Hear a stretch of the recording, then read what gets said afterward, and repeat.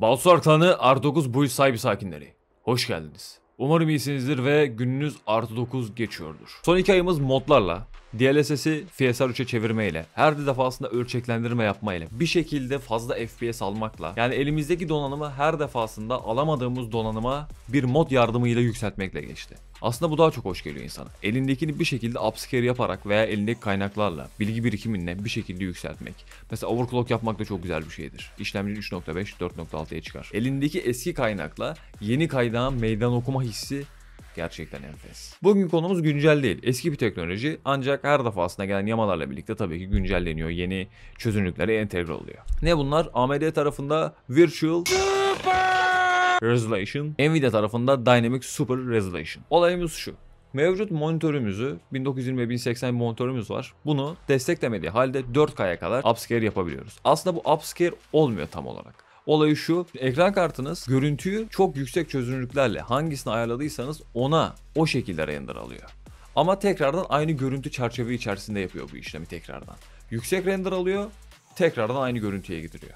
1920 1080'den 4K'ya render alıyoruz ama size görüntü tekrardan 1920 1080 çevresine geliyor. Bunun faydası ne? Daha keskin kenarlar, daha az kenar yumuşatma, daha pürüzsüz bir görüntü. Tabii ki. Ya performanstan tabii kısıyor. Ekran kartınıza vesaire yük biniyor tabii ki. AMD'nin RX 400 serisi üstü ve Nvidia'nın Kepler 600 serisi üstünü destekliyor bu. Tabii ki bu serideki ekran kartlardan fazla bir performans beklememek lazım. Hala kullanan var mı? Varsa yazsın aşağıya lütfen. Bunu ne gibi durumlarda kullanabiliriz? Şöyle, bu genel olarak aslında eski oynadığımız bir oyunlarda veya donanımımız çok yüksek ve oynadığınız oyun güncel ama çok fazla özellik istemiyor. Doğal olarak İşlemci ve ekran kartı darboğazı yaşıyorsunuz. Ne kadar ultra ayarları aldıysanız maalesef ekran kartı işlemciye yetişemiyor, darboğaz oluyor. Bu sebepten çözünürlüğü arttırdığımız zaman darboğaz otomatik olarak siliniyor. Veya gene eski bir oyun oynuyorsunuz ama FPS'ler 300'lerde 500'lerde uçuyor. Bunu tekrardan 4K, 5.5K, 8K'ya upscale ederek çok fazla FPS kaybı yaşamadan daha böyle stabil ve daha görüntü kalitesi pürüzsüz bir şekilde oynama imkanı sunuyor. Uzatmadan geçelim hemen. Şimdi dostlar Nvidia'dan başlayalım. Sağ tıklayıp Nvidia denetim masasına geliyorsun. Geldikten sonra şu şekilde zaten hemen çıkıyor. Burada bak. DSR çarpanları diye. Sadece uyarmam gereken bir durum var. Eğer Samsung monitör kullanıyorsanız ve monitörünüz 4K 144 Hz destekliyorsa monitörünüzü 144'ten 120'ye alın. Almazsanız DSR çarpanları gözükmez. Yani tazeleme hızıyla bazı monitörlerde bu sorun çıkartabiliyor. Hertz'i 120'ye alın veya 60'a alın, o şekilde deneyin. Okay? Burada DSR çarpanları gözüküyor. Tıklayıp buradan istediğiniz çözünürlüğe, bakın burada yazıyor mesela. Ben şunu bir kere seçtim. Sonrasında çarpı 2 çarpı 4 yeterli benim için bu şekilde. Tamam dedim.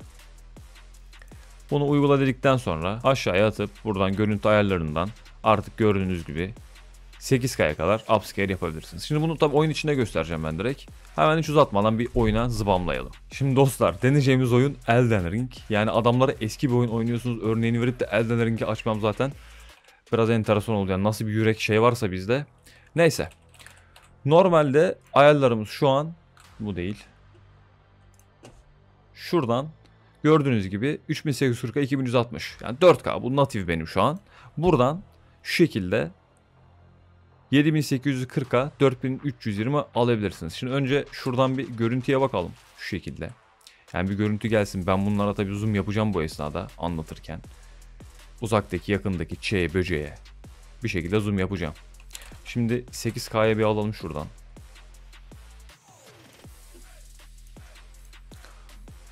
Direkt 8K'ya alıyormuş uzatmadan. Tabii şimdi FPS tabii 26, 27, 30. 3090 ya. Yapıyor bir iş abi. Yani şu an ben gözle görülür üzerindeki bu tüylü pelerinin bir tık daha böyle netleştiğini, keskinleştiğini görüyorum şu an. Ve elimdeki kılıcın kırmızı olduğunu yeni fark ettim bak. Yani o kadar detaylara dikkat eden bir insanım şu an. Tabii gene burada da ben bir karşılaştırmalı zoom yaparım her türlü.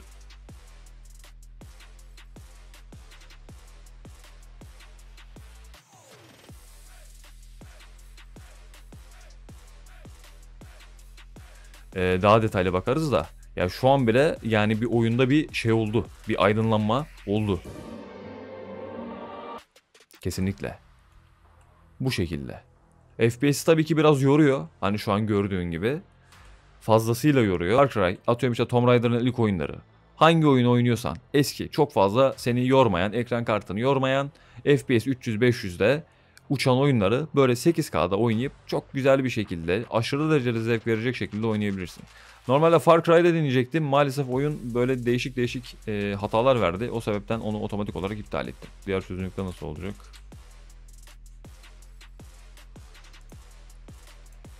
5.5K gibi bir şey. Yani FPS 40'a çıktı. Gene şeylik var. Hani gene o şeyi alıyorsun. O keskinliği, o pürüzsüzlüğü gene alıyorsun yani. Ya iyi tarafı sabit ekran içine render yaptığı için monitör program çok net alabiliyorsun yani. Biraz yükselsen bile gözle görülür bir fark olabiliyor açıkçası. Şimdi durum gördüğünüz gibi bu şekilde. AMD tarafında da şu an ekrana getireceğim. Hiçbir şey farklı değil. Tamamen aynı. Sadece AMD'de biraz daha basit. Adrenalin uygulamasından Virtual Super Resolution açıyorsunuz direkt. Otomatik olarak zaten ölçeklendirme size geliyor.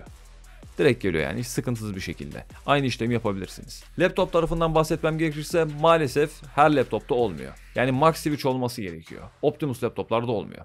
Ne demek istiyorum? Şöyle bildiğiniz üzere şimdi laptoplarda ekran kartından ziyade her defasında entegre ekran kartı vardır. İşte bu entegre ekran kartı her defasında masa üstünde aktif olduğu için maalesef seçemiyorsunuz. Yani DSR çarpanları gözükmüyor hiçbir şekilde. Ama max switch olduğu zaman max switch'te geçiş yapabildiğimizden ötürü rahat bir şekilde seçip kullanabilirsiniz. Optimus'larda maalesef seçemiyorsunuz. Yani bazı 3-5 üçüncü taraf ayarlardan olabiliyor ama ne kadar değer, ne kadar olabilir bilmiyorum. Yapabilen olursa atıyorum Optimus laptopa, atıyorum MSI'ın genel olarak laptopların çoğu Optimus GFS'leri videosunu yaptım bakabilirsiniz. Bu laptoplarda genel olarak entegre grafik kartı her defasında masaüstü ön plandadır. Çok yük olmadığı zamanlarda yani ekran kartına ihtiyaç duyulmadığı zamanlarda gelmez. Gelmediği için de sen entegre grafik kartından DSR çarpanını açamayacağın için doğal olarak o ekran kartında yükseltme yapamayacağın için çıkmıyor seçenek. Bunun birkaç yöntemi var. Yani başka bir monitöre veya televizyona HDMI kablosuyla aktarma yapıp o monitör üzerinden açmayı denemiş birçok kişi. Yaptım aynısını. Belki bir dönem oluyordu ama şu an maalesef bu da olmuyor. Yani dediğim gibi max switch yani Asus laptoplarının %90'ında bu gerçekleşiyor. Evet dostlar, bu rehber bu kadar. Çok fazla uzun değil ama dediğim gibi ince ayarları bu şekilde. Laptop tarafında yapamadık. Yani sebeplerini açıkladık. Normal desktop tarafında dediğim gibi eski oyunlarda yapabiliyorsanız gerçekten iyi bir şekilde keyif alabiliyorsunuz. Veya atıyorum emülatör bir oyun oynuyorsunuz. Emülatör oynadığınız oyunlarda bile bu şekilde yükseltme yapıp ekran kartınızı çok yormayacak şekilde onun dengesini tamamen siz ayarlayın. Çok rahat bir şekilde keyif alabilirsiniz. Yükseltmeleri özellikle dediğim gibi televizyonlarda yani TV tarafında biraz daha açıkçası böyle daha çok zevk alabilir. Sadece TV tarafında değil mevcut monitörde emin olun yükseltme yaptığınız zaman daha fazla şey yapabiliyorsunuz. Dostlar durum şu an gördüğünüz gibi. Şöyle bir soru sorabilirsiniz. Benim şimdi mevcut diyelim 24 inç bir tane monitörüm var. Ben bunu 2K'ya yükseltmeli miyim bu şekilde? Yoksa 2K monitör almayı düşünüyordum. Acaba almalı mıyım? Hangisi daha iyi olabilir? Şu şekilde 24 inç bir 2K monitör günümüzde artık olmadığı için eğer olsaydı derdim ki 24 inç monitör almana gerek yok. Yani yükseltme yapabilirsin.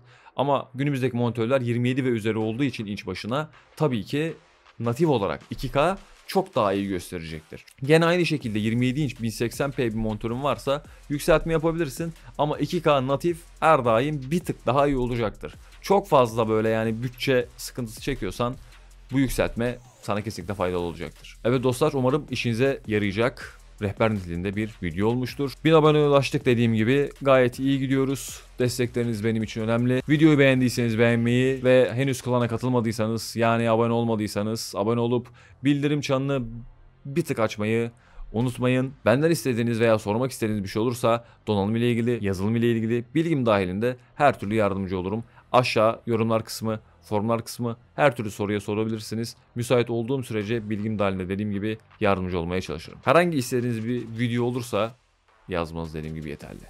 Buraya kadar izleyen herkese teşekkür ediyorum. Kendinize iyi bakın. Hoşça kalın.